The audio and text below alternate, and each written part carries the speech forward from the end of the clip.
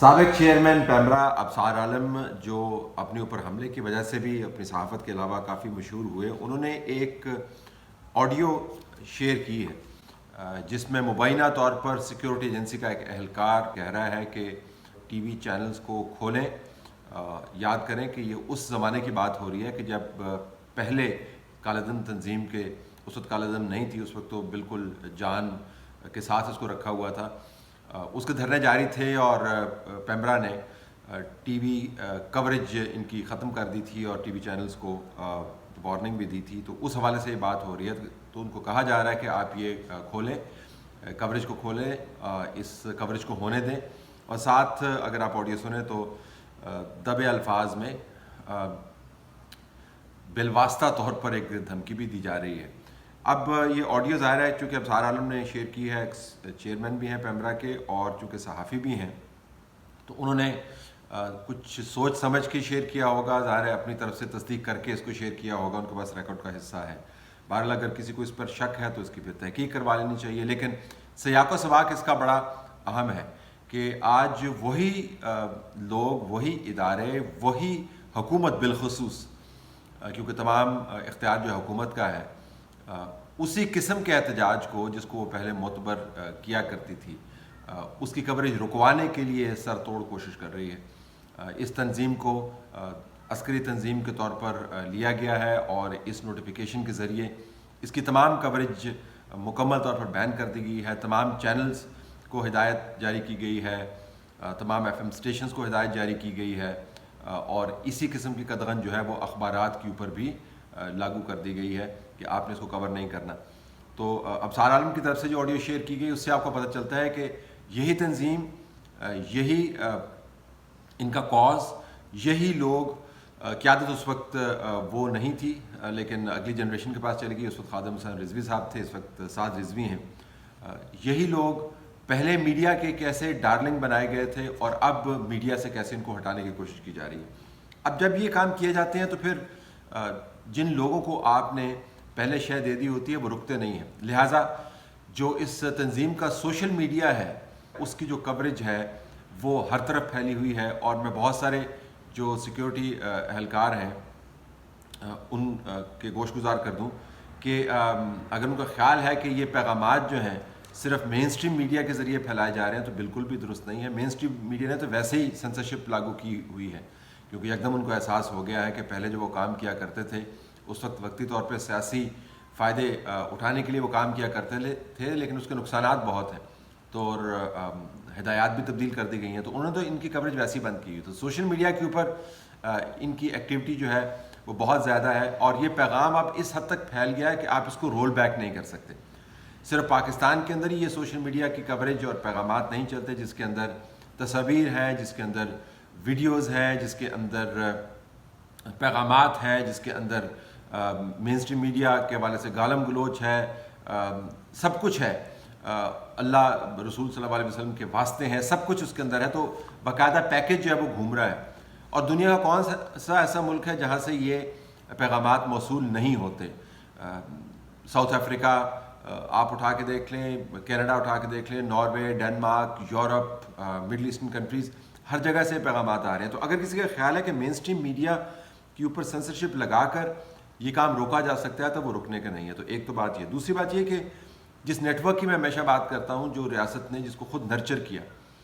دیکھیں یہ کالعدم تنظیم تو ہے، لیکن اگر آپ انتخابات میں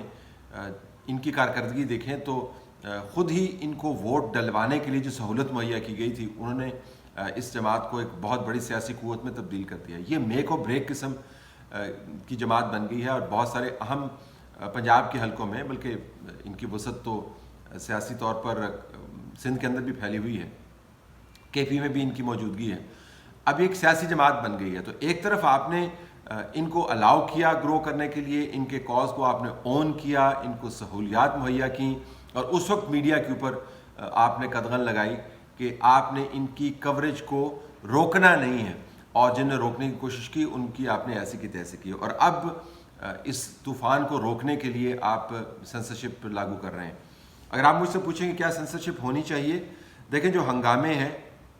وہ ایک نیوز ایونٹ ہے۔ ایک تو نیوز کوریج آپ روک کر جرنلزم کا کوئی فائدہ نہیں کرتے، آپ خبر کو روک نہیں سکتے، لوگوں کو آپ غیر یقینی کی کیفیت میں مبتلا کرتے ہیں. تو خبریں آپ کو بالکل نہیں روکنی چاہیے، خبریں بالکل ہونی چاہیے. اگر ٹریفک بند ہے، ہنگامے ہو رہے ہیں،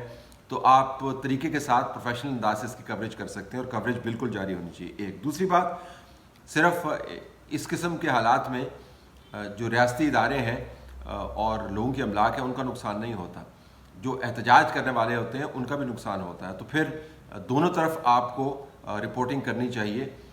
اگر ادھر بھی زخمی ہے اور ادھر بھی لوگوں کا خون بہا ہے تو اس کو بھی آپ کو رپورٹ کرنا چاہیے، لیکن رپورٹنگ کی حد آپ مقرر کر سکتے ہیں کہ کس حد تک آپ نے اس کو رپورٹ کرنا ہے. تیسری بات یہ کہ کبھی دوست اور کبھی دشمن، یہ جو میڈیا کا رول سونپ دیا گیا ہے کہ کبھی آپ ان کو دوست بنا کر ہر طرف پروموٹ کرواتے ہیں، کبھی آپ ان کو ملک دشمن بنا کر اس میڈیا کے ذریعے آپ ان پر سنسرشپ لگاتے ہیں، تو میڈیا کی اپنی کریڈیبلٹی جو ہے وہ صفر رہ جاتی ہے. یعنی آپ ایک ایسا پوسٹ مین بن جاتے ہیں کہ جس کے ہاتھ میں جو بھی خط تھما دیا جائے وہ جا کے وہ ڈیلیور کر دیتا ہے. تو آپ کی نہ کوئی اپنی ایڈیٹوریل ججمنٹ ہے اور نہ پھر آپ کی اپنی کریڈیبلٹی ہے. تو میڈیا کو اپنی کریڈیبلٹی کے لیے بھی اس قسم کی سنسرشپ کو ریزسٹ کرنا چاہیے.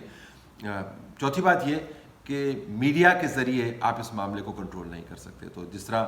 ابصار عالم کے ٹویٹ میں یہ بات موجود ہے، اگر اتنے گہرے بیج آپ نے بوئے ہیں نفرت کے، ڈویژن کے، اگر آپ نے اس قوم کے پیسے سے اور اس قوم کے خون پسینے کی کمائی سے ان بیجوں کی نشوونما کی ہے، ان کو تناور درختوں میں تبدیل کر دیا ہے، تو یہ درخت کہیں جانے کے نہیں ہیں. اس معاملے کو آپ کو کسی نہ کسی طور پر حل کرنا ہوگا. اپنی غلطیوں کا مداوع ان کے نتائج سے لاپرواہی نہیں ہے، غلطیوں کا مداوع یہ ہے کہ نتائج کو آپ کو قبول کرنا ہوگا، اور میرے خیال میں ایک لانگ ٹرم اسٹریٹجی بنانی ہوگی. نہ صرف یہ کہ ان گروپس کے ساتھ کیسے ڈیل کیا جائے، بلکہ جس معاملے کو یہ لے کے چل رہے ہیں اس کا کوئی تصفیہ کیا جائے، بلکہ یہ بھی کہ ایسے گروپس کو بنانے کے لیے، ان کو نرچر کرنے کے لیے اور ان کی نشو و نما کے ساتھ ساتھ ان کو سیاسی طاقت دینے کے لیے جو آپ نظریہ ضرورت استعمال کرتے ہیں اس کو دفن کرنے کی ضرورت ہے. اگر یہ آپ کام کرتے رہے تو ہر 5 سال کے بعد یہ قوم ایسے ہی یرغمال بنی رہے گی اور ہم دنیا کو کہتے پھریں گے کہ آپ ہمارے خلاف سازش کر رہے ہیں. دنیا نے آپ کے خلاف سازش نہیں کی، یہ گروپ دنیا نے نہیں بنوائے. ان گروپس کو وہ استعمال اگر کر رہی ہے آپ کے بیان کے مطابق تو موقع آپ نے خود فراہم کیا ہے، دروازے آپ نے خود کھولے ہیں،